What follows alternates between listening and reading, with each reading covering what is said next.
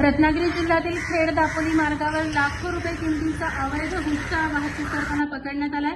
दापोली पोलिसांनी धाडसी कारवाई करत इर्टिगा कारसह एकाला ताब्यात घेतलंय। महाराष्ट्रात गुटखा विक्रीवर बंदी असतानाही खेड दापोली परिसरात राजरोसपणे गुटख्याची विक्री सुरू असल्याचे चित्र पुन्हा एकदा समोर आलंय। सोमवारी सायंकाळच्या सुमारास खेड दापोली मार्गावरील वाकवली येथे एका इर्टिगा कारमधून मोठ्या प्रमाणात गुटख्याची वाहतूक होत असल्याची माहिती दापोली पोलिसांना मिळाली होती। या माहितीच्या आधारे पोलिसांनी सापळा रचून संबंधित वाहनाची तपासणी केली असता कारमध्ये मोठ्या प्रमाणात अवैध गुटखा आढळून आला। पोलिसांनी तत्काळ गुटखा जप्त करत वाहनासह संबंधित व्यक्तीला ताब्यात घेतले।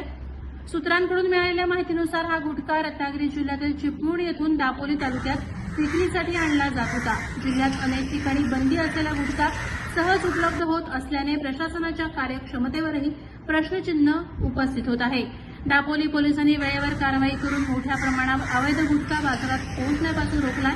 या धाडसी कारवाईमुळे पोलिसांचा सर्वत्र कौतुक होत असून अशा प्रकारच्या अवैध व्यवसायांवर आणखी कठोर कारवाई करण्याची मागणी नागरिकांकडून होते। या प्रकरणी पुढील तपास दापोली पोलीस करत आहेत। राहा डिजिटलसाठी राकेश कोळी, दापोली।